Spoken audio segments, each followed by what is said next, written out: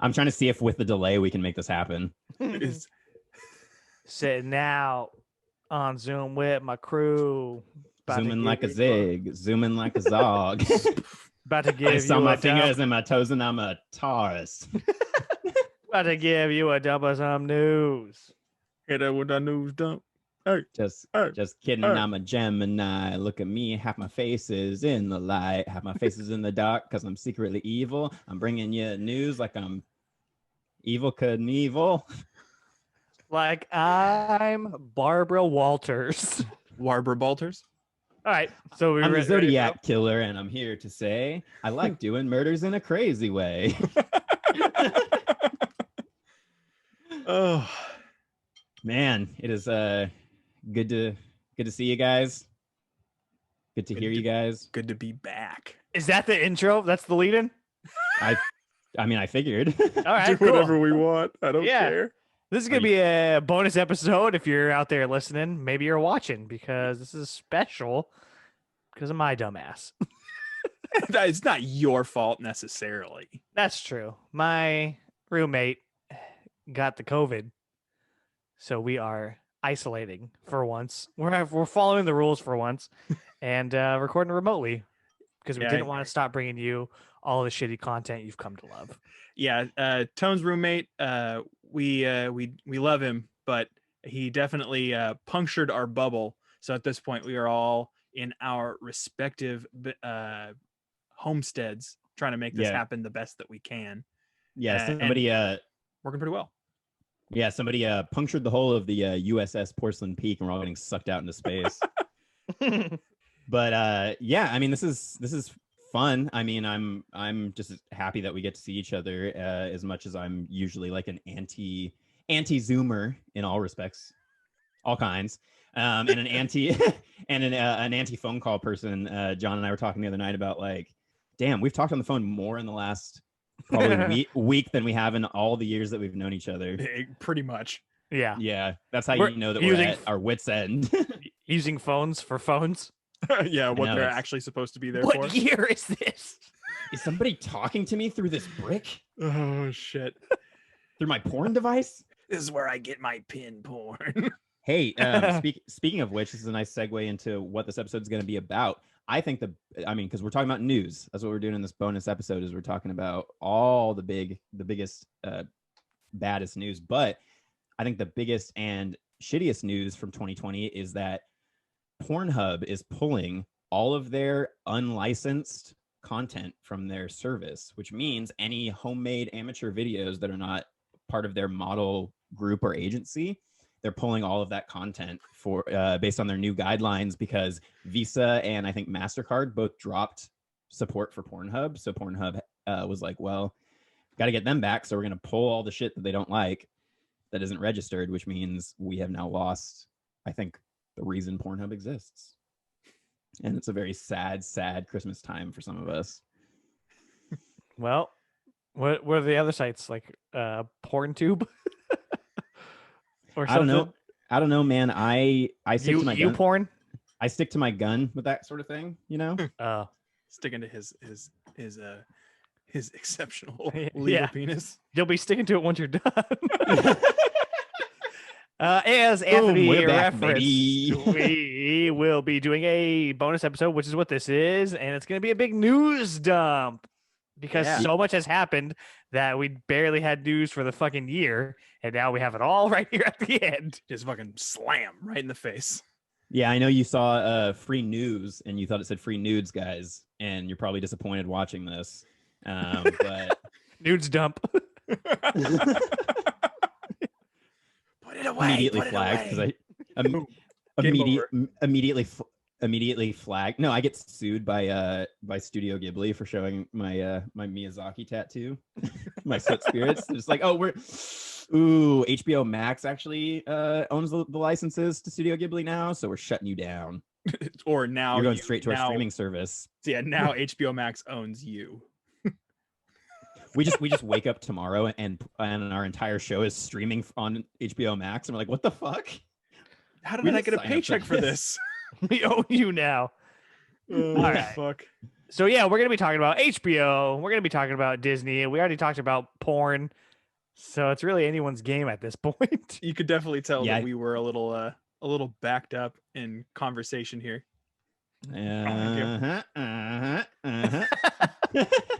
So Disney, that encompasses Star Wars and Marvel, as well as their animated stuff and their Pixar stuff. So there is a ton of shit Massive umbrella right here.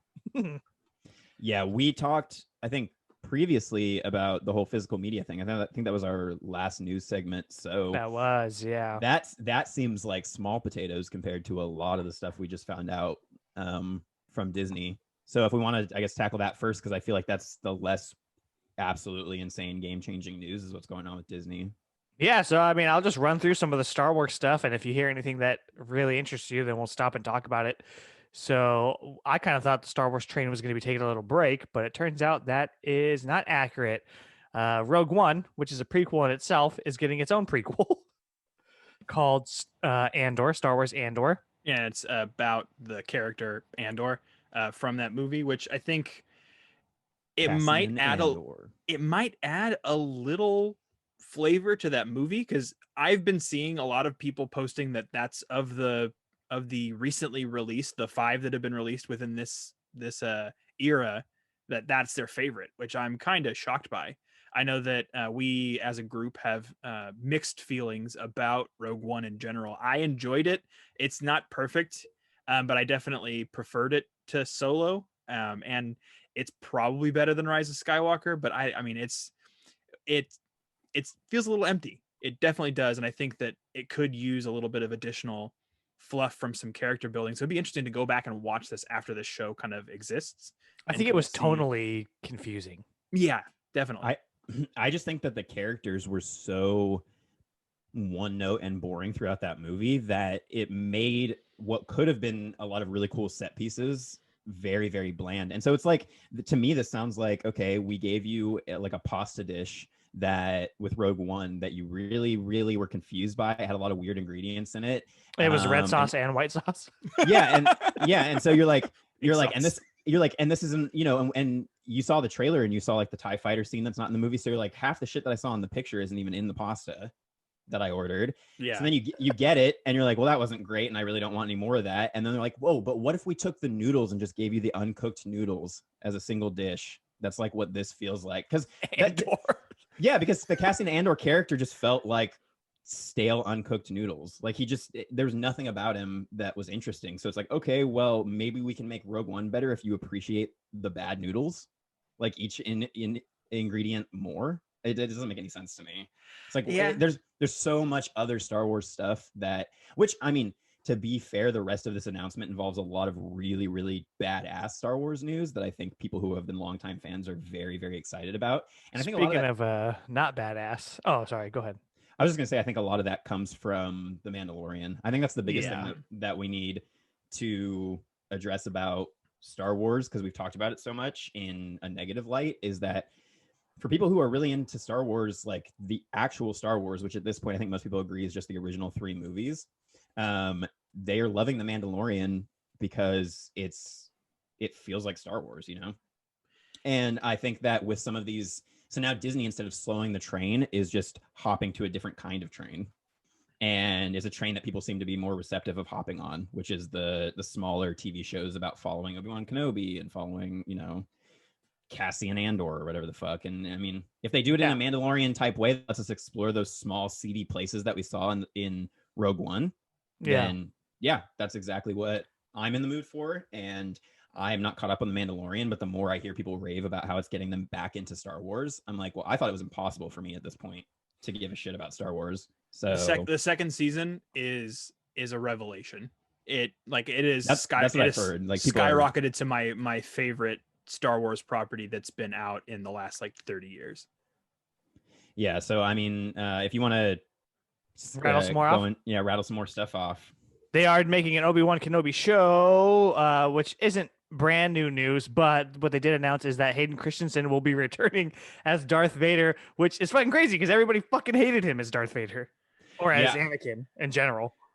I have a soft spot for him because I have a lot of nostalgia wrapped around that, and that's something that I always have to address about the Star Wars movies in general is my nostalgia versus what actually works as movies about those. And he is a good actor. Like if you've seen things like Shattered Glass, he's great. In this case, I think it's going to be a case of he's just going to be in the suit, and they'll get a James Earl Jones impersonator or James Earl Jones to come in and do it like they did with Rogue One.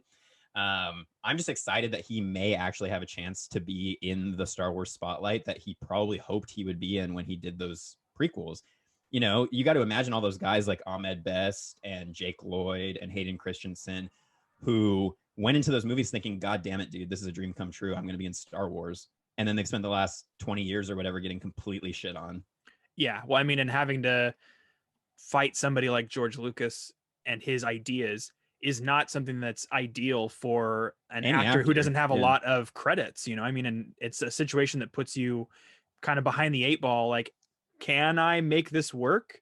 And being like, everything day to day seems like it's going super well, and I'm really having a fun time with this. And then they come out and everybody just like despises you for it. I mean, it's got to be a tough way to go. And I think that giving Hayden Christensen another shot to kind of do his thing and to work with different directors who aren't George Lucas, I think will be a benefit. I think that he could definitely prove himself a little bit more and provide something different than the mannequin Skywalker that everybody rails on from the prequels. That's hilarious. And then also, yeah, I think that something that people want is there feels like there's a disconnect between the prequel movies and the movies where you saw Darth Vader originally to how he got from the Hayden Christensen version to the New Hope version. Mm-hmm. And you get a little bit of that if you've seen the Clone Wars, but I don't think a lot of people are just ever going to be particularly interested in Star Wars in the animated medium. You know, as much as they try to push the books and stuff, like you have to accept that a lot of people are just going to go into Star Wars if it looks like the Star Wars they grew up with. Yeah, definitely. And The Mandalorian does, absolutely. And the thing that's cool about The Mandalorian is that it's pioneered this thing for Disney with those giant ass light screen rooms that they use now to project entire environments that are physical. You know, it's that blend of physical and computer effects that we always talk about being like, you know, so good that you can't even tell they exist. Well, now Disney is saying they can take that and ship that all over the world, and they'll be able to do these projects way cheaper than they've ever been able to before, but still have them look incredible like The Mandalorian does. So I think that's a really good sign for fans who want to see this stuff actually happen and have it be quality material. They're not gonna have to worry about budgetary constraints and things like that. So, yeah, definitely. Hopefully, because there's a lot of stuff. So I'm hoping that we're getting quality more than just quantity here. They got another one called The Acolyte, which is female-driven series set in the High Republic era. Which is what the Old Republic used to be. Yeah. For anybody who is a fan of the Star Wars video games or some of the novels, the Old Republic, they've just decided, we're going to take elements of that and call it the High Republic. So that's what that is for anybody who's curious. Yeah. I didn't know that. So thank you. Lando's getting his own event series. With Glover? Question mark? I don't think so. I don't know, though. I would be shocked if after the reception to his Lando and Solo that he wanted to come back, but we'll see. I thought he was great. Yeah, I thought he was the best part of that movie by a mile. I heard a lot of people very much disagree, but I have only seen that movie once, so I don't have much of an opinion on it beyond it was pretty forgettable, but I'll check it out again at some point. And then The Mandalorian itself is getting 2 spin-offs. Ahsoka, or however you say it, and that one's going to be so good. And Rangers of the New Republic. So Rosario Dawson, which is dope. Yeah, and she I know you guys haven't seen the episode at this point, but it is absolutely incredible, and she's fucking badass. And it's such a cool example of the fans wanted her to play that character, and then she played that character. Like, yeah. I just always love when somebody had somebody was listening to the fans and they cast her. It never happens, so it's nice when it does. Speaking of the animated stuff, there's a teaser for The Bad Batch, which is going to be animated, and an anime anthology project called Star Wars Visions. This is what I'm the most stoked for, because this is supposed to be like an animatrix style, like different directors, different animators coming in to do different facets of the Star Wars universe, which is literally all I want to see right now, is just show us something different. show us that the Star Wars universe is not as limited as we've kind of come to realize it is, through all the times you guys have tried to expand it. It's like you just came back to Palpatine at the end. Then as far as the movies go, because that's all going to be on Disney Plus, which is fucking nuts. It's crazy. It really is. Patty Jenkins, which you probably know from Wonder Woman fame, she's a good friend. is going to be doing Rogue Squadron. That's a Star Wars movie. Yeah, and I don't know if it's going to have any real basis on the game, also named Rogue Squadron. I highly doubt it. But my guess is it's going to have to do with, it's going to be their way of kind of in on the whole like dog fighting, you know, like the basically trying to find a way to add like crazy space battles to their current lineup of things. Which they gonna cast Michael Vick in it? Come on, man. Come on, man. That's like a 10-year-old joke. I don't think most of our audience is even old enough. No, actually, most of our audience is older than us. Never mind. Yeah, we definitely punch up when it comes to our demographic. Yeah. Most of what's been announced as far as Marvel is concerned is nothing new release necessarily. There is some information that will be brand new, but a lot of it was that they dropped a lot of trailers for the upcoming shows that are all coming out. There's been some new things that have been discussed about being added to Disney Plus as far as Guardians of the Galaxy is concerned. They're doing like a series of animated specials that are around Groot called I Am Groot. Then they're also they're also doing a Guardians of the Galaxy holiday special for holiday season 2022. Didn't they learn their lesson from the Star Wars holiday special? Yeah, I don't know, but apparently it is going to be directed by James Gunn. By James Gunn? Just the idea of him picking like a absolutely amazing but kind of whack-ass soundtrack of Christmas songs, of like classic Christmas songs for that special, and seeing like the Guardians even animated. Oh my god, you know what would be hella funny? Would be if it was one of those like Rankin Bass claymation type things. Yeah, I mean, I would watch the fuck out of that, dude. Yeah, same. Yeah, I wouldn't be opposed. One thing that I'm sure we could talk a little bit about too is that they did announce officially that they are working on a Fantastic Four movie. Yep. My first thought was, good luck. Yeah, trying again. Directed by what's his face from Spider-Man? Yeah. Is it the guy from Cop Car? John Watts. Yeah, John Watts. So I guess they are. I mean, this makes me hope that whatever the hell they're doing with Spider-Man right now, that he's in charge. He's directing that. He's in charge of that third Spider-Man movie. So if they trust him enough with whatever shit show that's going to be, then I guess, I have a little bit of hope that he can make the Fantastic Four work. I think the vibe that he has with Spider-Man, while it may not be my favorite Spider-Man, I think it could translate very, very easily to a new spin on Fantastic Four. Yeah, definitely. I think that it needs to be done right. I mean, they've taken so many shots at it, and now it's in the hands of people who have done pretty well for themselves as far as making everything work, which is, like I said, something that I definitely appreciate, being able to move some of my favorite characters and things from Marvel's repertoire and actually get them done properly. I would love to see that. I'm interested to see who they're going to cast, though. I'm going to take over the Marvel stuff because we're having some technical issues. Anyway, coming to Disney Plus, outside of the stuff that you probably already know about, which is like the WandaVision and was it Winter Soldier and the Falcon, and what's the other one? Loki. And the What If series. And the What If series, yeah. So they're going to be doing Secret Invasion, which stars Samuel L. Jackson's Nick Fury and Talos. That's perfect casting. I've always thought that he would make a really good Nick Fury. They got Ironheart. They got Armor Wars with Don Cheadle. They got the Baby Groot series, which you were talking about, Johns, and then the holiday special. One of the two segments, either Star Wars or Marvel, I'm pretty sure isn't is it Nia DaCosta or Nia DaCosta? I'm not sure how to pronounce her name, but the one who directed Candyman. Candyman, yeah. Yeah. Oh, I don't know. It's not on this list I'm looking at. But I did hear her name mentioned with one of the projects. It's Miss Marvel. Yeah, because they announced Miss Marvel is coming. Apparently, she's supposed to then carry over from the Miss Marvel series into the next Captain Marvel movie. Oh, nice. Yeah, nice. Yeah. With everybody's favorite bitch, Brie Larson. They cast She-Hulk, which is going to be Tatiana Maslany. Tatiana Maslany plays like 6 characters on the show called Orphan Black, which is also a great sci-fi show about clones. And she is so fucking talented. So when I saw this news and saw her picture and actually did connect my synapses for once, I was very excited about this casting. So that's cool. Here's some other exciting news about that. Mark Ruffalo is obviously going to be the Hulk, but also Tim Roth is coming back.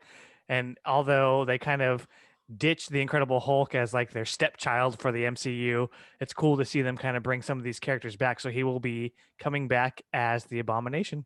Oh, geez. Which is kind of insane because you made an Abomination reference in our last episode. You were like, because we were talking about Stan. Yeah, we were talking about Stan Lee cameoing in something as a joke, and you were like, yeah, he drank the soda and turned into a big like gray monster or something. and we were like, oh yeah, that's the plot of that Incredible Hulk movie, and we kind of brushed it aside. And now, literally, the news, like always happens with us, we talk about it on something, and then literally the next week, it's like, oh, by the way, we're bringing back Tim Roth. I love Tim Roth, and I liked him in that movie. So he was one of the bright spots in that film. Yeah, I think he's such a badass, and I've loved him in basically everything I've seen him in. And I just think it's really cool that they're bringing back these people that I think everybody had kind of written off as being the dirty secret that Marvel was keeping, like from some of those early, especially Hulk. Like, I still like that movie. I mean, it's fine for a Hulk movie, and it's not the worst of the Hulk movies by far. No. And they did bring back Thunderbolt Ross already for the whole Civil War plot and everything. So like they kind of hinted at this, and I was like, I mean, obviously they're not going to bring back Norton unless this multiverse shit that we're seeing with Doctor Strange and Spider-Man, that means that shit, anything's on the table now. Yeah. I mean, I'm not surprised by anything now. Yeah, I think that's really cool. I like Tim Roth in that movie, except for like the Abomination look itself and the big CGI battle, which we've all gone on record hating. Well, I mean, obviously I'm excited to see what they do. Obviously he'll look entirely different and probably absolutely amazing. I mean, yeah. with the work they did in Endgame with Professor Hulk, like they have their shit on lock when it comes to CGI. Yeah, so some of the movies coming out then, this is not going to be Disney Plus. This is going to be tentatively theatrical releases, which we'll talk a little bit more when we get to the HBO shit. Ant-Man 3, officially called Ant-Man and the Wasp Quantumanium. Yeah, you Quantumania. You can tell now what you want to say that 5 times fast. Quantumania. I got it now. It's you can tell now that Disney and Marvel are just like, fuck it. We got all the money that we could ever want. Let's just do some crazy shit. Like, let's just name things Multiverse of Madness and Ant-Man and the Wasp Unobtainium. That's how we cross over to get to the Avatar universe.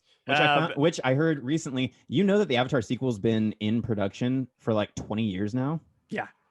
It's fucking ridiculous. It officially hit like 20 years. There's no way. Yeah.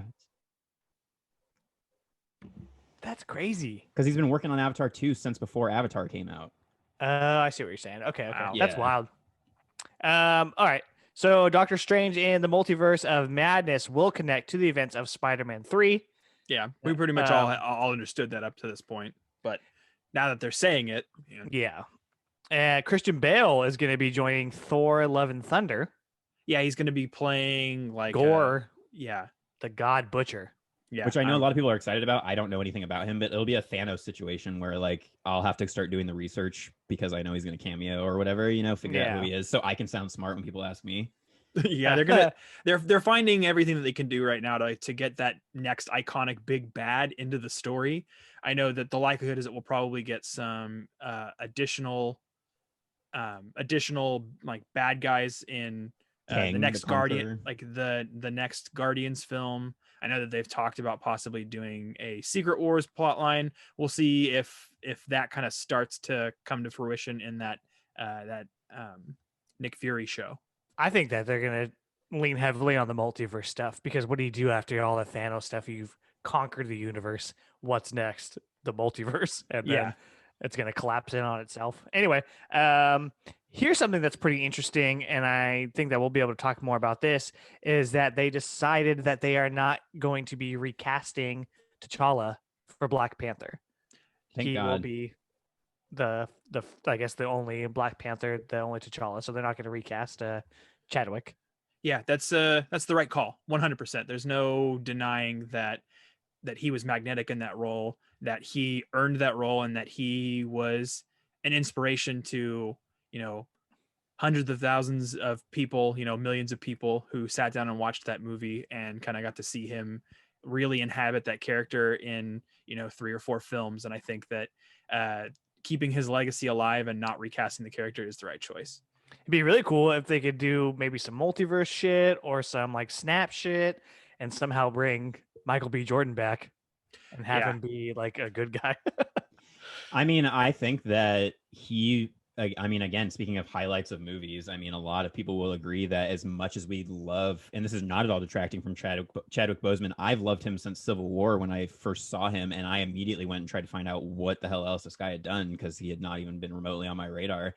So I'd been following him. So the news that he had passed was devastating, and I was hoping to God that they wouldn't do a stupid recast decision. And I trust people like Kevin Feige enough to not make those dumb decisions. Like, I feel like they now, after things like the whole Norton to Ruffalo debacle, they've kind of learned their lesson about doing stuff like that, and that the fans are going to be forgiving and understand. People aren't going to be confused about what the hell happened to Black Panther. I think Boseman's passing was big enough news. Even my grandma knows about it, and she had only seen parts of Black Panther, and she was sad about it. So I would love if Michael B. Jordan came back and he got more spotlight, because I think he's still trying to escape that he's got to escape that Fantastic Four shadow before Marvel starts getting their new Fantastic Four out. Yeah, definitely. He's got to cement himself like Chris Evans did. Right. Well, that's so weird. Right. 2 Human Torches.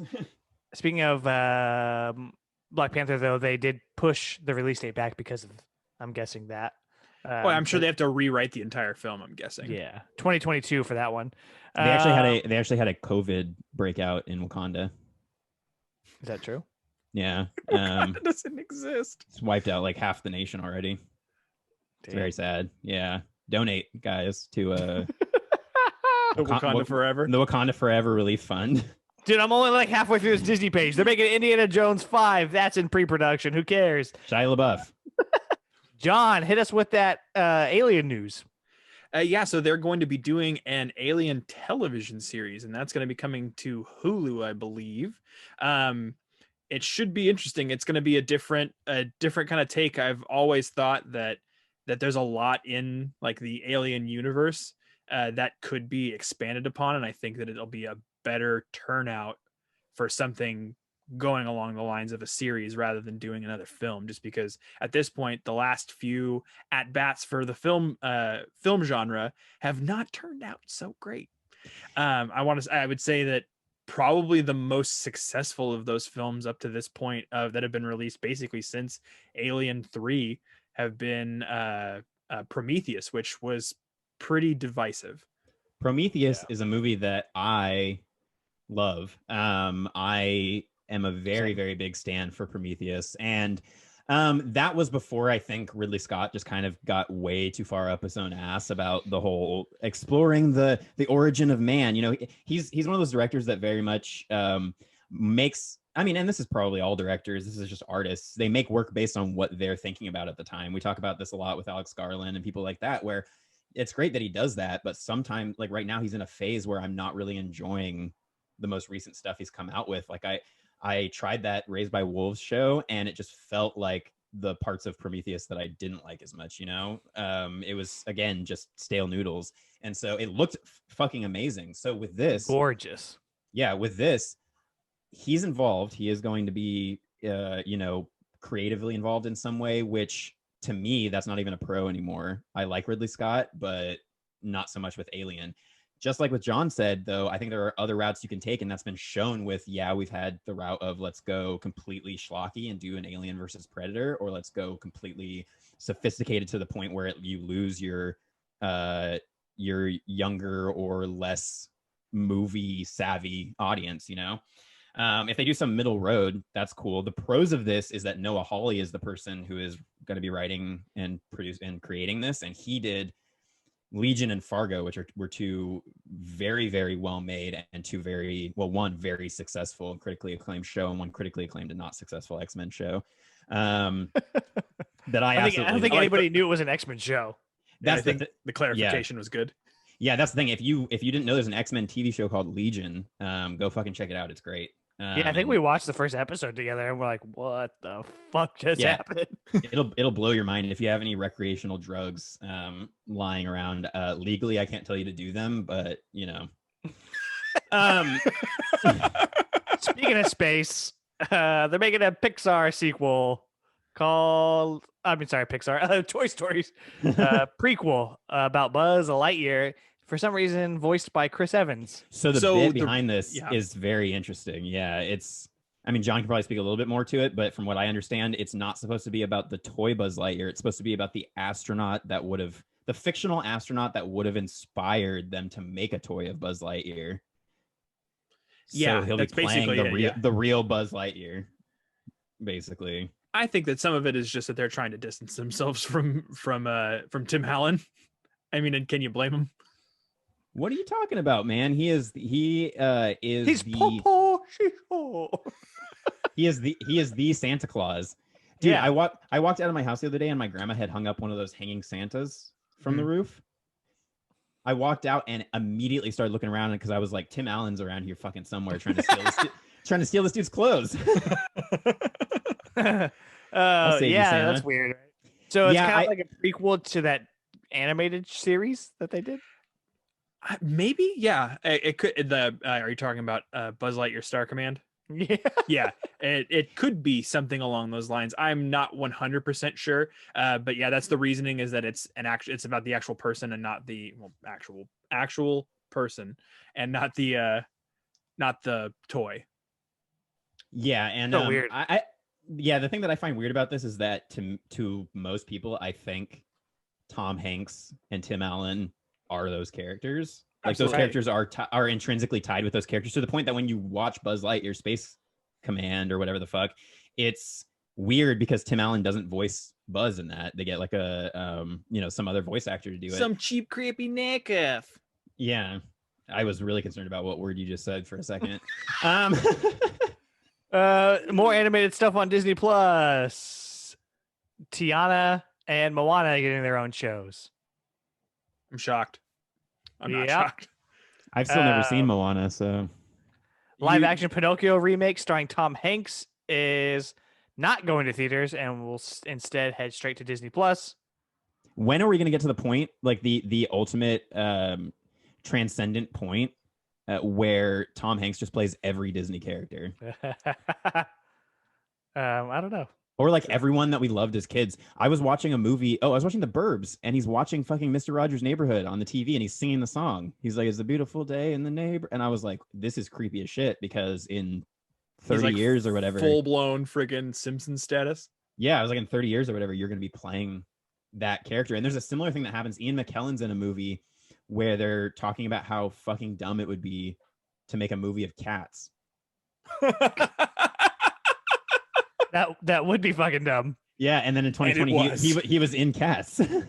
That's so funny. Okay, so they're also doing a Raya and the Last Dragon animated movie that is going to be simultaneously released in theaters and on Disney Plus for premiere access, similar to what they did with Mulan. I just learned how to train my dragon, and now we're on the last one. And different news, Disney and FX renewed It's Always Sunny for 4 more seasons. Oh, hell yeah. If I'm going to be stuck inside, have me be stuck inside at Patty's Pub, you know? Stuck inside at Patty's Pub. I cut the brakes. Wild card, bitches. Next, getting back to Disney, they are doing one called Encanto. That's going to be after Raya and the Last Dragon. That's going to be heavily influenced by Lin-Manuel Miranda. I think he's helping with the music and helping write it. And that's going to take place in Colombia, where a magical family lives in a magical home. When are we going to get to the ultimate transcendent point where Lin-Manuel Miranda does all of the music for Disney? It's just him and Tom Hanks. They're just sitting in a room together, just the two of them. Like, all right, so what are we going to do to make this next movie? All right, so some more stuff. Listen to this. Check it out. New spin-off series announced for the Mighty Ducks. We're getting Chip and Dale. They're doing a big Hero 6 series. They're doing Zootopia. And finally, Hocus Pocus. And one that I'm super excited about is they're going to be doing a series of Percy Jackson and the Olympians. Ooh, that's your dream come true, man. You've been talking about how that needs to be a series for such a long time. I just hate that they don't finish franchises. I know that it's like, well, whatever. If they make money, then they'll make more movies. But it sucks because, like, well, you fucking started it, so it's just like the Narnia series, like that they just like stopped that shit dead in its tracks. Yeah, let's give you 4 movies and then just stop it dead in its tracks. Also, not to spoil what we're going to be talking about here in a little bit, but we're probably seeing the same thing about to happen with the Dune franchise. Dan. Yeah. We'll talk about that more in depth in a few moments. Yeah, I mean, that's it for the Disney stuff. That's a ton of information. I'm looking forward to the Big Hero 6 show because I feel like that lends itself to that kind of format. That's very superhero. Could be them tackling monster of the week or villain of the week, however you want to put it. But I really like that movie, and I feel like that's one of those ones that slipped under the radar for a lot of people. Yeah, I mean, and to kind of dig into like how this is affecting Disney as a whole, kind of them just dropping all of this news at random. Apparently, they're doing gangbusters. They are at pre-COVID numbers as far as their stocks are concerned after they dropped all of this information, just because they increased the price to Disney Plus by like $1. And we all kind of knew that was coming. They were very upfront about it, like, hey, so we're going to give you this price point. That's going to be your intro to get into it and get a lot of people signed up for the service and everything. And then they're going to start slowly increasing it because the breadth of content that exists on Disney Plus is astronomical. There's so much that's built in based on all the franchises they own and all the franchises they've created. What's that one movie that's not on there about that mummy? I don't know. I think it's called Unwrapped with Mark Summers. I feel like I used to love that fucking show. Oh, they're doing a really great job of keeping it under wraps, though. Oh, it makes me so mad. It's their first original movie, and they don't have it on. Whatever. Yeah, it's like how George Lucas doesn't talk about THX very much. Yeah. They're just like, well, I mean, Disney also. It's just their, they have their Song of the South. They have a few of those that are just the hidden Disney movies. This, wasn't that on Disney Plus? Oh, probably. Yeah. I honestly don't know. Maybe they got sued by the Mummy. Harold. Yeah. turns out Haroldotep it was a real mummy. Haroldotep. Yeah. That's a completely different character. What I was gonna say is that I hate to be the I told you so, but I actually love to be the I told you so guy. I mean, we were saying this is exactly what the move that Disney needed to make, which is lean into the fact that they have a lot of kids at home who are going to be watching a lot of Disney Plus, and a lot of parents who are going to want to subscribe because they have that enormous library that's just going to keep getting bigger and bigger with all the properties they already know their kids love because their bed sheets and pajamas and everything are covered in that stuff already. Oh yeah, absolutely. It's definitely the streaming service, I think, for children. Like Shudder is the streaming service for horror nerds. That's what Disney Plus is. I mean, I don't know about you guys, but I barely go to Disney Plus anymore. I did at first to see what they had, and now I'm like, whatever. I fuck with it at least weekly, but that's just because. Do you? Yeah, I mean, I grew up in a Disney household. That's just how I think everybody did. I mean, not necessarily. I know there are a lot of people who are very anti-Disney, and I think that there are a lot of people who have good reasons to be anti-Disney. But Disney minus. Yeah, I think that Disney Plus has been a way that I have access to all of that content. And so it's been like, kind of going back, like last night, Brittany and I watched James and the Giant Peach. And it's nice to be able just to go back and kind of go through the Rolodex of old Disney shit and be like, oh yeah, let's throw that on and see how it goes. And for the most part, their movies just hold up. I mean, and they have value for just about every age range, which is something that you don't typically expect from something that is more aimed for a younger audience. And I think that while it does have more of a benefit for somebody who say has, 3 or 4 kids and they've got like, oh, I can just throw this on the TV and they'll be, let that babysit for a little bit, let them marinate in front of the TV, and slowly learn terrible things about society that way, how to not behave properly in society. But I do think that for them, it just makes a shit ton of sense. And even if it was double the price of what it is, most people would shut off Netflix or Hulu before they'd shut off Disney Plus because of how intrinsically valued it is for their parenting. And at the same time that Disney is making this big ass announcement where now they are at a place where they're looking to overpass Netflix as the top streaming service, which is, I mean, that's crazy. I mean, that's pretty unbelievable that anyone would get to that point, because I think it's kind of always been agreed upon that all these streaming services that come out are just competing to kind of be the second place behind Netflix. just to be called Netflix anyway. Yeah, it's like, oh, this is the closest thing to being like Netflix. And now I think people are starting to gravitate and realize like Netflix was an excellent precursor to a huge opportunity to put these big libraries and cater to specific audiences. I think Netflix is obviously trying to cater to a very broad audience and have as much as possible, and that leaves them more open to having shit that doesn't work, and stuff that fails. And Disney, yeah, they don't have they don't have across the board amazing stuff, but they at least have stuff to fall back on that you could watch for the rest of your life and probably still not see everything that's on that library. And it's not random shit that you're scrolling through like on Netflix that you've never heard of. Almost every movie you go through on Disney Plus is either connected to something you know about from your childhood, or it's and that's what Disney has always been known for, is playing into nostalgia. That's why Disneyland has had parents and their kids going to that park until now, since it's been open. Disney is taking a hard hit because their theme parks can't be open. So I think if they're going to survive, this is the way to go and get those kids nostalgic right now, get them prepped to be nostalgic so you continue your legacy for the next 50 years. Yeah, and the fact that they're managing to be financially successful during this time, even with only like I think one of their parks is open at this point. I want to say it's Disney World in Florida. Considering that's the fact, and that there haven't been any movies from them released to theaters at all this year after I think Onward in March, it's pretty ridiculous that they're managing to like that their stocks are trading at a higher value than they were pre-COVID times now, which is fucking ridiculous. Isn't it ironic that the last movie they came out with was called Onward, and then literally everything just stopped? Yeah. Onward and downward. Yeah, pretty much. I was going to say that I think, and we touched a little bit about it last week, and then it kind of piggybacks on what you were saying, is that Netflix started this whole deal with the streaming services, right? And because everybody wanted to have their content available, it had rights to everything, including Disney and Marvel stuff.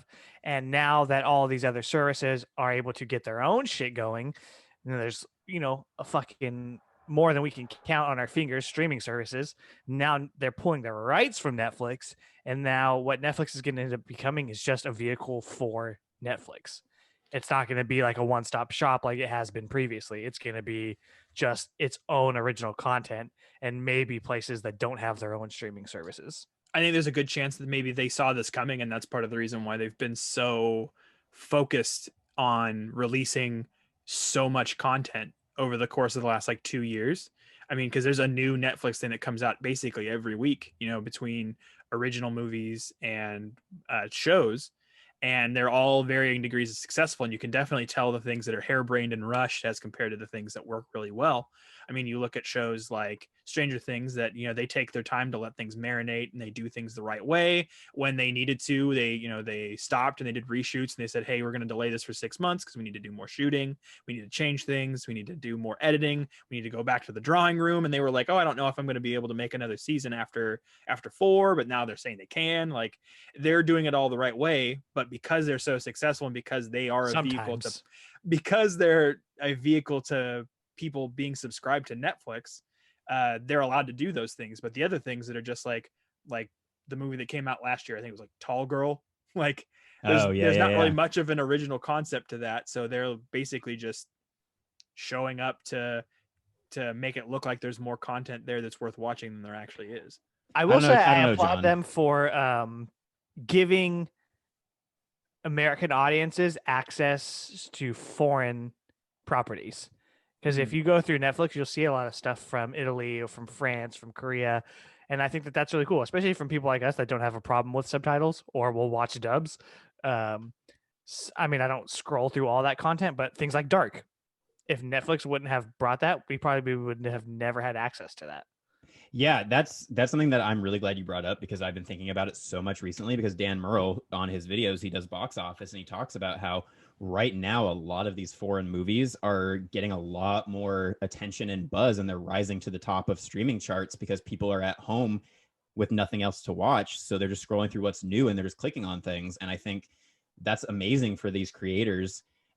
You know, and speaking of the horror genre, like I loved that movie, The Call, that just came out recently, and that was a foreign film. And so now, having seen that, I'm like, now every night I go on and I scroll through what Netflix has new, which is new for me because I've kind of been like, Netflix doesn't have any of the good shit, you know, especially with horror. Now I'm like, well, they at least have a lot of the foreign stuff that you can't really find in a lot of places. So that makes me happy, and I do think that people need to get a sense that the world is a lot bigger than they feel it is in a time when everybody's so cooped up. Like I think everybody kind of needs that exposure to, like, yes, the world is bigger and there are other countries and people and creating things, you know.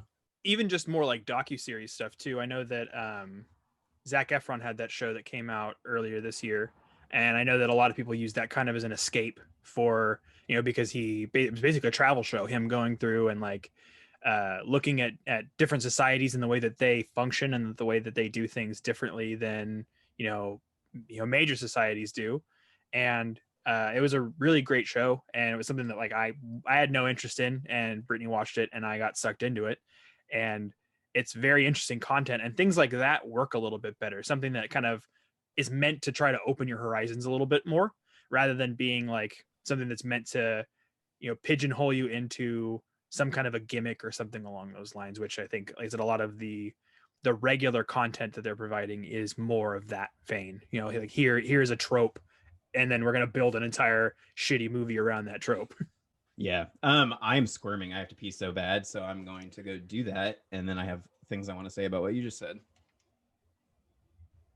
It's a pee pee. It's a poo poo. I'm gonna piss on you. It's running all down his shorts and it's getting on floors.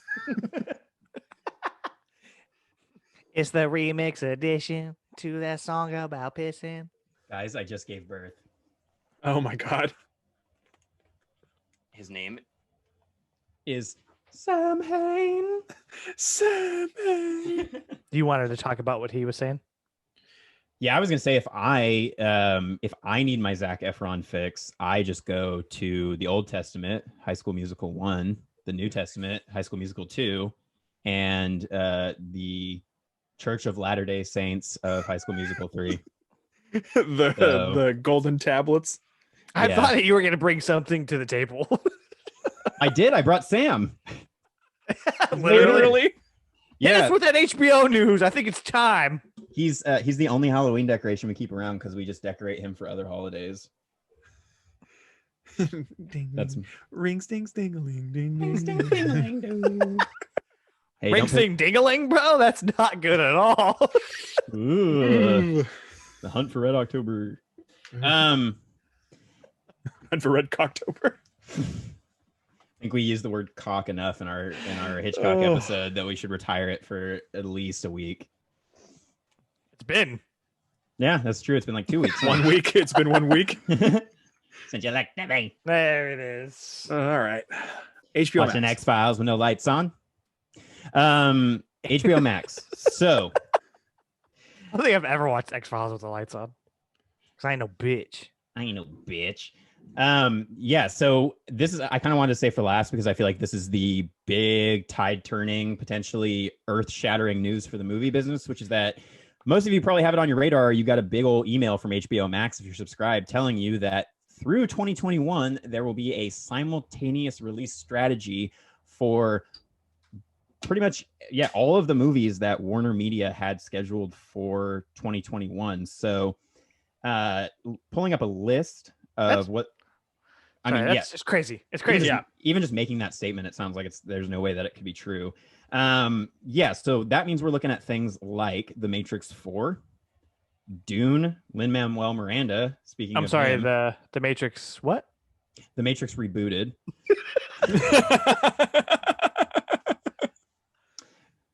Oh man, way to really bring down a news episode, huh? And then the June remake, Denis Villeneuve's Lin-Manuel Miranda. I was like, what the fuck is June? Okay, June, with our favorite Jacob Tremblay.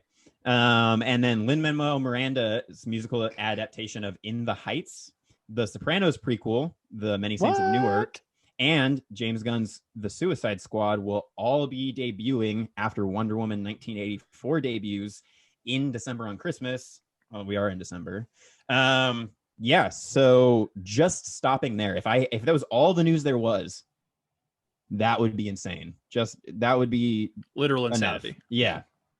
Basically, what's ended up happening since then is that we have started to find out who was involved in making this decision and who was not at all even remotely negotiated with or pulled into the loop. And that would be basically everyone involved with the process outside of the CEO of Warner and the CEO of at&t were left completely out of this discussion. So while a lot of us at first, when we heard this news, thought that's excellent because we talk so much now about how we're trapped in our homes and we probably won't be going to the theaters even if they reopen for quite a while. So my first thought was, this is excellent because I want to see all those movies and I don't want to go to the theater. Yeah, absolutely. The problem is, this is probably, and a lot of people are saying this, one of the potentially most disastrous business decisions that's been made in the history of film. Because what is happening now is that all of these creators, the producers, the casting agencies, the Directors Guild of America, Christopher Nolan, Denis Villeneuve, Patty Jenkins, all of these high-profile people who are integral to making this process work are dropping elbows on HBO and Warner about this decision. More so on AT&T and their bottom line.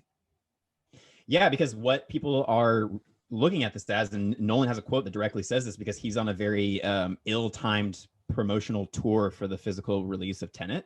Mm-hmm. So he's been giving a lot of interviews, and basically everyone is people asking him what he thinks of this. And he has been, that's the crazy thing, is that I don't think that Warner and AT&T expected that they would get such a hardcore backlash and that their directors would be so candid about how they feel about the situation. But I think people are just at their wits' end in general with this stuff, and they're just going to say, it's the Wild West, so they're going to say whatever the hell they want, and they're going to tell the truth. And the truth is, these are artists who, spent sometimes their entire lives, actors who spent sometimes years working their asses off to make a product that was supposed to be and is technically produced to be shown in a specific way. And then their entire revenue, that's the thing that people aren't thinking about too.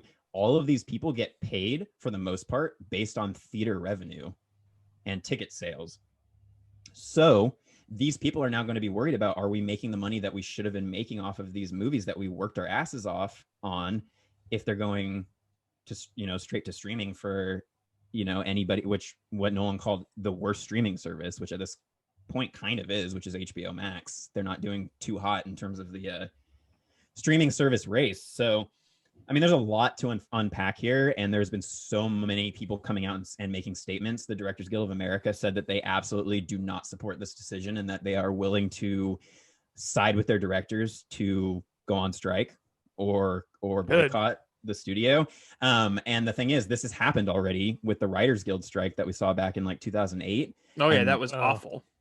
And that was anytime I watch a show and there's just a random season that has 6 episodes less, I'm like, oh, this must have been during the writer's strike. Yeah, definitely. And that was 100% because the studios were taking money from DVD sales that should have been owed to the creators. So that was when they were trying to figure out, hey, DVDs are big now and they're this thing that we weren't expecting. How do we figure out financially how to make this work?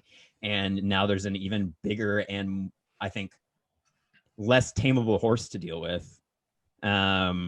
I think it was Villeneuve who said that they didn't just put the cart before the horse. They put the cart before the horse and then sent the whole thing to the slaughterhouse.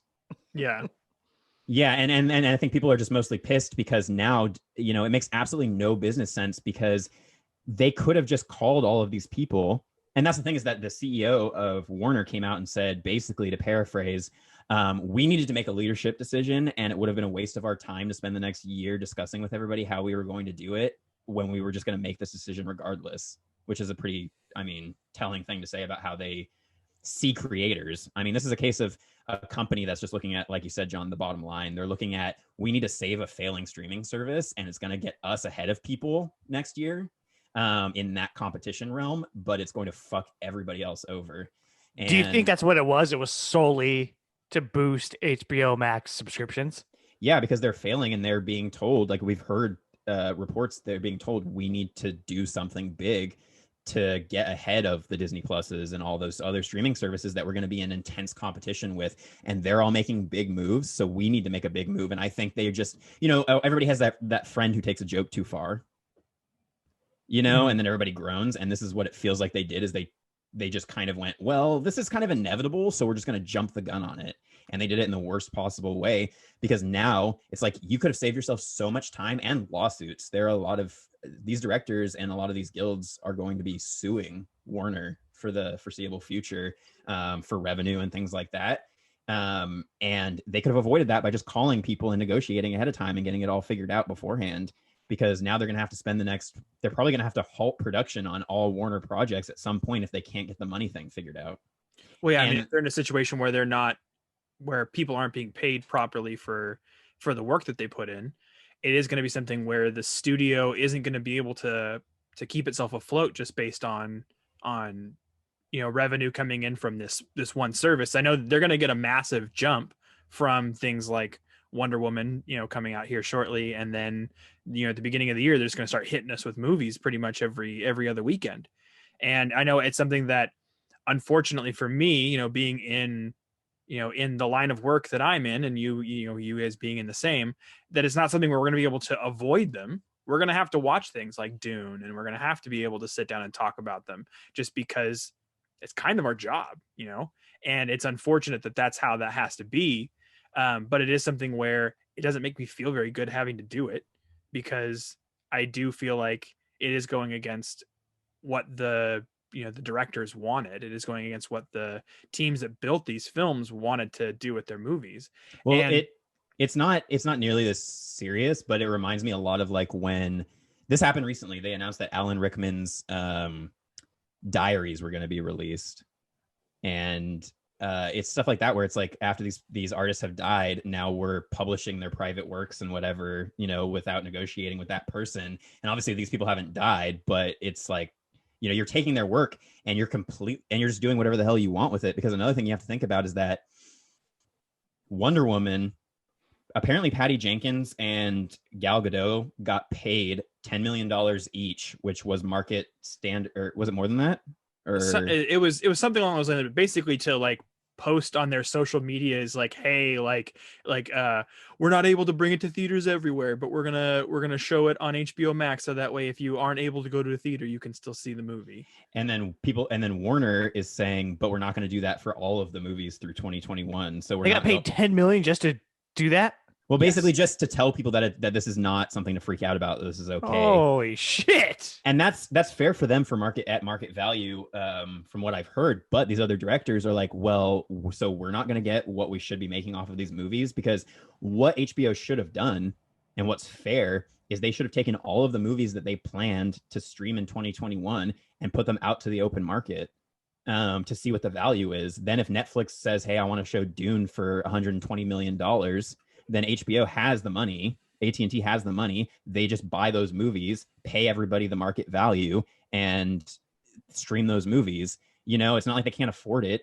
They literally just wanted to cut out the having to deal with bitchy artists, in their mind. I'm sure as corporate people, they think of them as just like, oh, bitchy artists.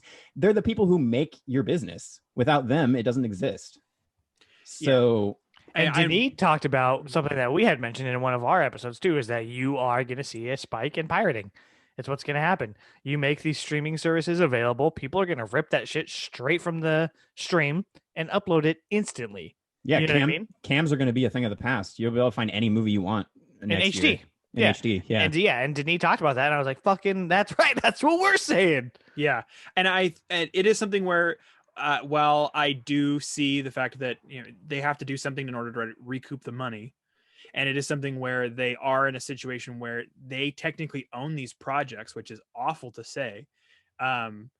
I think that it's something where more creators need to make things for themselves. I know that there are creators that do this, that don't go and hunt down the paycheck first, that they put their money where their mouth is, and they make the projects they want to make because they don't involve anybody until they're looking to distribute.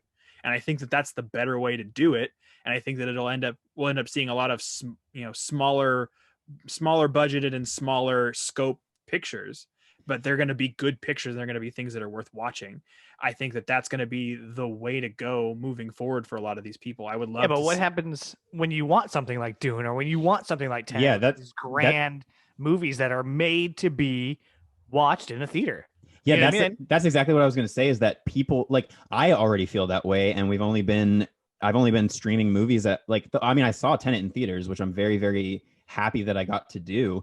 And I am I feel bad for you guys. Like, I'm glad you got to see it, but I wish you could have seen it in a theater, because that movie, same, even the whole time I was watching it, that movie needs to be seen it was made specifically for a theater sound system and a theater screen, the biggest screen you can see it on. And there are movies like that I want in my life. I want to have those big spectacle movies. And for something like Dune, I wouldn't want to see it done on a low budget. There's already a David Lynch movie and a TV series that have done that.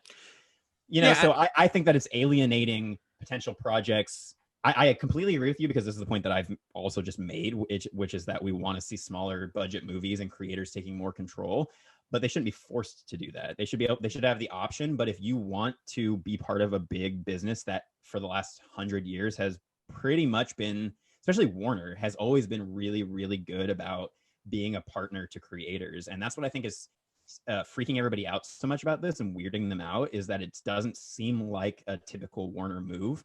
Because even Nolan said in his thing, he was like, I've been with Warner for so many years because they've always been so supportive of my crazy projects and everything. And he's like, now I don't feel that support. They completely ripped it out from under me. Well, it's the new guard from AT&T, the people who've been put in place in Warner now that are kind of calling the shots in situations like this. And it's not, like I said, it's not good for anybody, but sort of us, the viewer. It is something where it's going to be easily accessible and it's going to be a lot less expensive, but at what cost? I don't think that in the long run it's better for the viewer. Exactly. I think in the long run, this is going to mean some pretty shitty things for movie production and scheduling and directors shifting to different studios. And I think that while we were hoping that maybe 2021 into 2022 would be back to normal for movies, I don't see that happening with big things like this happen. We're going to have to be dealing a whole nother year with this fight between streaming and who knows if HBO is going to continue this past 2021. They said they're not, but these directors have also said, and the DGA said, you signed contract, like you pulled these directors aside like a couple months ago, and some of them signed contracts that said, hey, don't worry, we're not going to put your stuff on streaming. Oh, wow. Oh, yeah, shit, I didn't know that. Yeah, so that was the thing that I heard that I was thinking, okay, so this is a detail that I was not aware of, which is that these directors are saying, hey, we were assured that this was not something that we needed to worry about, and that our movies were not going to go to streaming like that. They were going to go where they were meant to be made. And the analogy that I made, and I've been coming at this obviously from an artist's perspective, that's just how. So I like that you, John, are coming a lot more from a business perspective and you understand that a little bit better. To me, it just feels like, and I made this analogy to you guys in text, that it's like, you commission a painting from a really, really talented artist who loves doing specifically brilliant oil paintings, and they do this giant piece, and you promise them it's going to be shown in a giant gallery at the Met or whatever, and then they give you the piece and you go, actually no, I'm just going to photocopy it a bunch of times and I'm going to pass it out to everybody who has memberships to the museum, because they can't come to the museum because of COVID. Yeah, but we're still going to charge them, the museum fee, and we'll just give them photocopies. Don't worry, they'll still see your work. And the artist is going, that's not the fucking point. Like how it was meant to be seen. Yeah. And it's not where my passion is. You're taking my stuff and you're not even paying me, and then they're also going, oh, and we're also not going to pay you what we promised you. Probably. Yeah, well, I mean, they're gonna end up paying. It's just the long and the short Well, of it. They've signed contracts, you know. They'll be legally obligated. That means we're going to see Warner in court for probably another couple of years while they have to pay out millions and millions of dollars to all of these directors and creators who are going to be jumping ship to other. The thing that's going to happen that I think, and this is what Patty Jenkins said too, is she thinks that some studio is going to think, okay, now if we just make sure we're the studio that says we're going to respect the theatrical window above anything else, they're going to get Denis, Nolan, all these fucking big wig directors to jump ship. Yeah, absolutely. I think that's totally true. Yeah, and then even like Chalamet ended his SNL thing on Saturday coming out in his legendary hoodie because they fronted the money for the most part for Dune, and now they're being fucked over by Warner. So he in like solidarity wore his legendary hoodie out like at the curtain call at the end. And I was like, see, even the down to the actors are like not cool with this. You know, if you've spent that much time flying all over the world shooting all this stuff, you want people to see it on a big screen. It's a fucked up move to make without asking anybody or with even mentioning it to somebody. It's just the ultimate shade, and to send out a whole press thing to all of your subscribers saying, hey, and using Timothée Chalamet in your marketing when he is standing in solidarity against what you're doing, and you own the rights to his image in that movie, so you're just using him for your marketing when the director is literally every day saying fuck this, fuck this, fuck this, fuck this. It's the shadiest thing in the world, and we talk about how like, yeah, this is good for us because of our job or whatever, but at the same time, I don't like going into a movie knowing that, you know, it's like Solo. It's like I didn't like going into that movie already having all of this knowledge of the background topsy-turviness and all the fights and the fired people. We're going to go into every movie now that Warner puts out knowing, well, Patty Jenkins said this about the movie, and Denis Villeneuve said, well, if we're watching it on TV, you know, to me, as somebody who respects directors because I would like to be one, mm-hmm. You know, for me, I tend to put the director first. You know, I'm a huge fan of somebody like a Fincher where I'll follow his work to the grave because he is an amazing artist.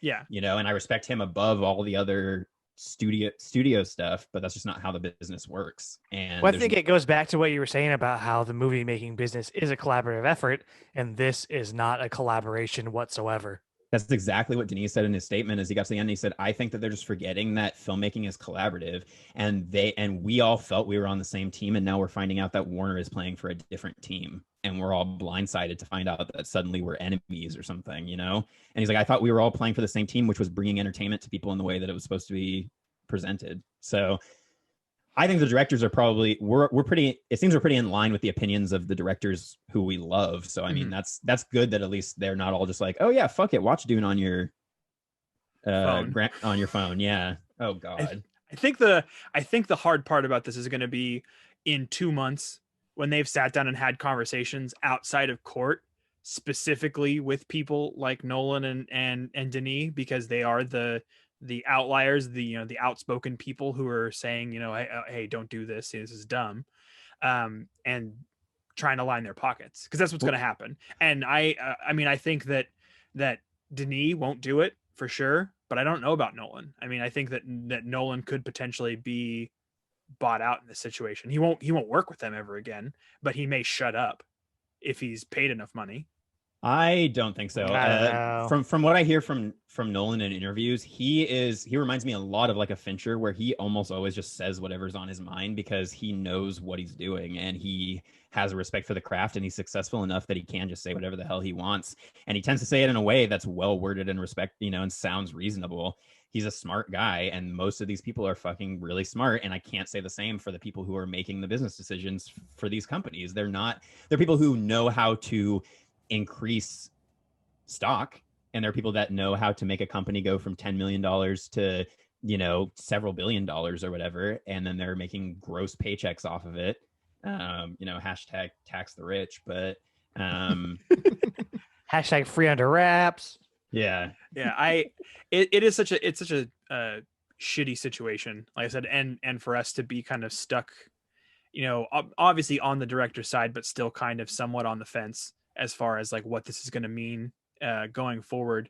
I do still think that even without the studio's involvement, I think that there could still be pictures that are made on such a grand level. I think that it's just going to require a lot more a lot more hands in the pot and a lot more people kind of being bigger advocates for their work. And I think some of that starts with, standing up to these studios and saying, hey, this type of a behavior is not something that's going to be tolerated. I mean, would you see a smaller picture house like A24 or Blumhouse doing something like this? Absolutely not. They're going to tell you up front, hey, this is going to streaming. This is something that's going to be for our Hulu platform. Or this is going to be something for Amazon Prime, or this is something we think could go wide and we're going to go wide with it. I think that's something that you need to be, is transparent with your artists. Otherwise they're going to jump ship. Like you said, someone's going to buy Denis Villeneuve and they're going to have him, making, massive pictures and things that are, completely out of left field and things you wouldn't expect from the sci-fi genre. They're going to find a way to make that happen, in the same way that Warner had been in the past. And I think that that's going to be a big deal when he jumps ship. They're going to be people who are going to be like all over whatever that company is. Maybe we'll see what, because Amazon or Netflix buy the Chinese theater, right? So maybe we'll see these bigger companies, streaming companies even, buy theater chains. Maybe Amazon acquires Regal and they have the money to get these big name directors. Okay, hey, Denis, come over here. We'll sign it into your contract. We'll release it into our Regal theaters for 3 months before we even go think about streaming. I think it'll be interesting to see, and I think people will continue to make poor decisions to try to fix, because well, I mean, just think about it. The world is so unpredictable right now that any decision anyone makes could potentially mean they're dead. So I don't blame them for being kind of hands in the air, like what the hell do we do? But yeah, get your hands in some pots, get your fingers in some asses, and get the shit sorted out is all I'm saying. One in the mouth and one in the bum, and then you just play Switch. For a balanced breakfast. Oh fuck. The last point that I wanted to make, that is on a bit smaller scale, but I think is still important to what we've talked about on months worth of episodes, is I think that if theaters do end up opening, like you were saying, this is a good segue. If they do end up opening, I think the responsibility is going to be on them to realize that this is a close call for them. They are being pet cemeteried, hopefully, and they need to not be as shitty an experience as they were before. Because Dan Merle was bringing this up in his video too, where he was saying, the problem with movie theaters started a long time ago. It started when smartphones started becoming ubiquitous, and it's and people started getting ruder and things like that in general in public places. He said, and I agree, that if theaters are going to survive, I think it's going to be on them to recognize, okay, this is one of the last communal artistic experiences that people can share together in the modern world, because people don't really go to museums and stuff anymore. Movies are the way for people to see art together and experience that together, and you can't beat that. And once that's removed, you're never going to get it back, no matter what kind of other screen you're showing it on. So I think it's up to movie theaters to really, really beef up their experience, make it something that people are going to go, I was kind of nervous, but they really, really knocked it out of the park with making sure everything's safe and the seats are hella comfy and the concession prices are fair, stuff like that, to where people are going to want to go back to the movies. Because for me, it's a lot of it is like, yeah, I'm nervous about going back to the movies, but also I'm not missing the things that I was bitching about every time I'd walk out of a movie. I'm not missing having to tell people to shut up, and I'm not missing having to, tell people to stop chewing their popcorn or tell their kids to shut up, So yeah, and I think that I mean, and I hate to just get into a session where we start quoting film YouTubers back and forth at each other, but I think that Stuckman kind of definitely had some big things to say on it as well, as far as that the onus is also kind of on the studios in order to make sure that the thing that's kept them afloat all these years doesn't fail.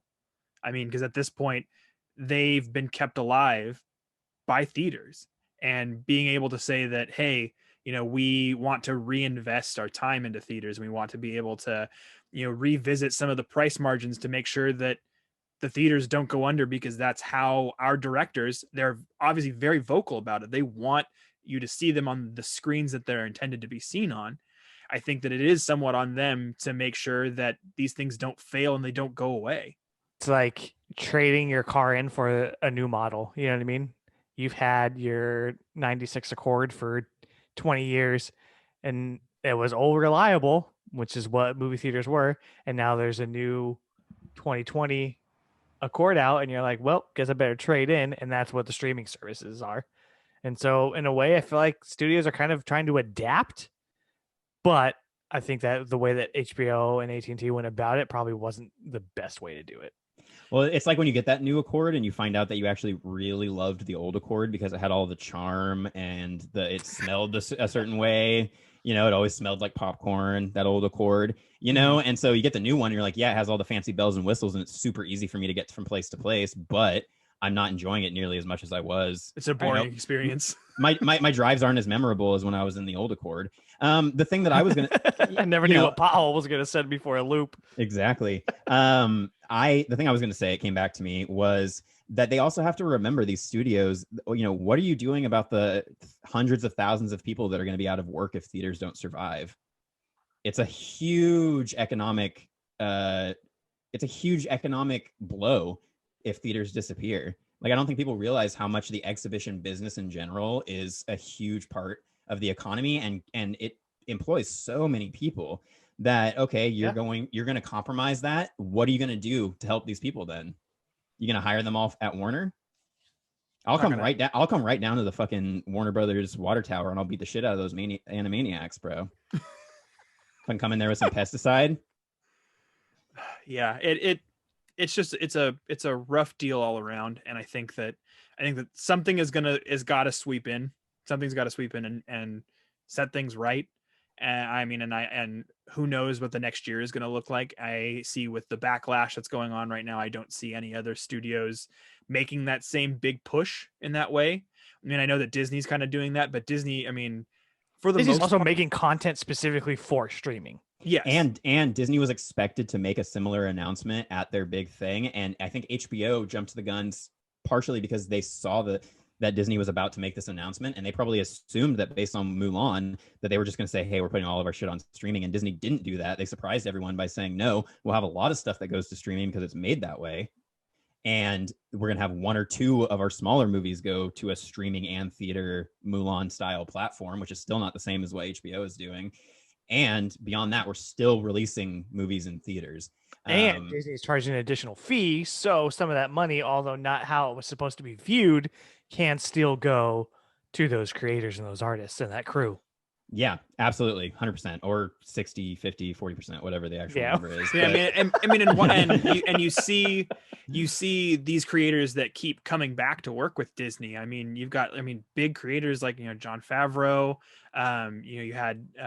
You've got James Gunn who's coming back to work with them. I mean, you've got big creators who do have big visions and big ideas who are still coming to work in that platform, even though there's more restrictions as far as the way you can make your content. They don't seem to be the kind of platform that's going to cut you out in a way where you're not going to still be able to make something that's salvageable by the end, something that you still feel like is your art and that you were able to put your stamp on, which is crazy to think when you look at somebody who like Warner, who in the past has allowed people like Chris Nolan to do whatever the fuck he wants, to make whatever the fuck Inception was at the end of it. And I think that that's not something that should be taken lightly, that there are other studios that while they may have, different hurdles and different barriers, they at least have their creators at heart when it comes to how they make their content. Yeah, I think that it's just, the movies have been around. The industry has existed for 100 years now. And it's existed through a lot of change, but it's persisted because it's important to society and it's important to the creators. And at a time, it seemed like it was important to the studios.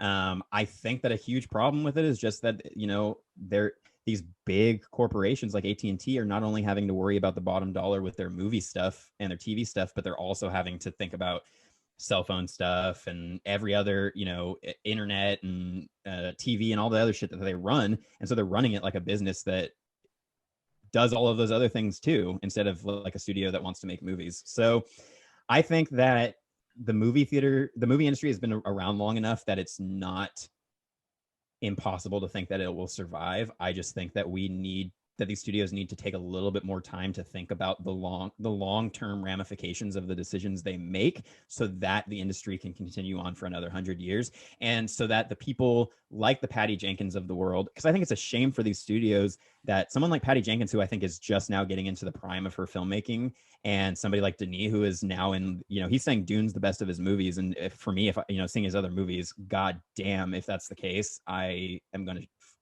be leaking out of all my holes.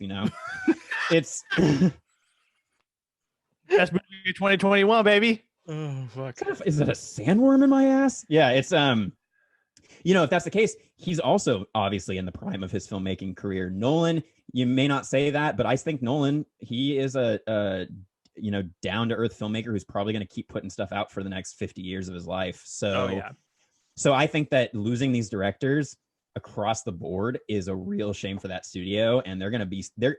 It's karma. It's going to come back around, and they're going to see that they made a poor decision, and they're going to have to deal with the ramifications in the next several years. And probably they're going to end up in a place where they're going to have to rebuild, and figure out a completely new structure for their studio, because they fucked it up. We'll see it. We'll see if they get enough backlash to change this at all before next year. That's the thing that I'm thinking might happen too, is that they might get so much backlash through December that they adjust this. I mean, it's not I think it's going to depend on how well or poorly Wonder Woman 84 does. Yeah. So I guess we're all just kind of waiting for Christmas. Yep. know? We'll see what happens. Snow's falling down. I mean, at this point, Christmas. Oh, I'm so sad that came back. I was hoping you guys would have forgotten. Hey, man, I never forget, and I never forgive. Oh, fuck. We done? We wrapping this bad boy? Yeah, I think that we could just keep spinning around in a circle, saying things that are just slightly different than what we've said before for the shaking next our hour fists about and this wagging shit. our fingers. Yeah, just being upset. But I mean, like I said, time will tell. We'll see how it all works out. But other than that, let's go ahead and move on to the end of today. Smooth, bro. Yeah. That's gonna wrap it up for our news dump bonus episode. We hope you enjoyed that big old dump on your chest of news. Yeah, you can definitely see why we didn't plug this into an actual news segment, because fuck.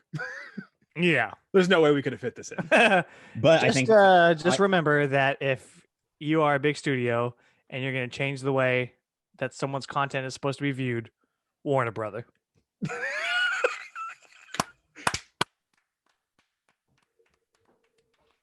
Okay, don't actually drop the mic, but patreon.com/porcelain peak. If you guys liked this video, hopefully we'll be doing more in the future now that we are kind of trapped in the closet. As we're trapped in the closet.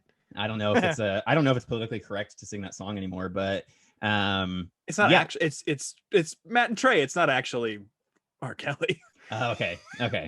I didn't know my trapped in the closet knowledge as deeply as I thought I did. Oh my god! I'm well versed in trapped in the drive-through, though. I can do that. If you listen to this episode, then as Anthony referenced, yeah, and if you want to support the show, right now our lowest tier is $5. Correct? $5, and the $5 tier. My sister was just recently saying that she was so happy that we dropped all of the bonus episodes to the $5 tier because she was on a long drive recently, and she had run out of all of our episodes on the feed, and then she was like, oh shit, I have all the bonus episodes, and she was super happy that she got to listen to all of those. So if you guys want to hear all that bonus stuff, there's hours of bonus episodes at the $5 tier, and it just helps support the show. And if you are into tabletop role-playing games, we may have something for the Patreon cooking up in the works, so let us know if that's something that you're interested in. We got any D&D heads out there? Yeah, we'll hit you with things in the coming months. But as far as that goes, special shout out again to Ashley, the intern, who provided us with a lot of this information the second it came out. It was like, what the fuck is happening with Warner Brothers? And kind of got us all sparked on the idea of potentially doing this news. So if you want to, she probably won't like this, but hit her up at Maud Hepburn on Instagram. She posts a lot of really funny things. I would definitely suggest to give her a follow. Big thanks to you two for being willing to take some time out of your busy days to chat with me. and Sam here. I'm gonna be completely honest. I've barely left this room. Well, I mean, we joked when Tone was like, "Hey, you guys want to just crank a few out?" You and I were both just like, "Dude, that's what we've been doing every day." I feel weird being on this side of the house because I've quarantined myself to my bedroom. Like, whoa, what is this magical place? Yeah, at least you're getting a little workout going back and forth across the house. That's how we're living these days, guys. Well, hit us up on the Instagram and look forward to our next regular episodes. Yeah, our regular episode, which will be a review of Tenet. Are we doing that? Yeah, we're doing so Tenet and the horror movies out of a hat. Yeah, so we'll have a review of Tenet for you guys after you just heard us talk about Christopher Nolan bitching, and we will also have a really fun pitch classic Christmas movies as horror movies game that we'll be playing together. So I'm really stoked. And a continued gift exchange. Yeah, whoop whoop. Yeah, I'm gonna let you guys know here that I watched Santa Sleighs, and boy, do I have some stuff to say about it. Santa Sleigh. You have Santa's Sleigh. Yeah, you have nothing to say because you gave me ice spiders. I turned ice spiders off about 15 minutes in, bro. I had to watch the whole thing. Merry Christmas! Merry Christmas! You're so welcome. Oh, yeah. We'll see you guys soon. I have been Tone. I've been John. And I'm in a glass case of emotion. Internet darling Anthony. Check out the video if you want to see that joke. We'll see you soon. Keep it creepy.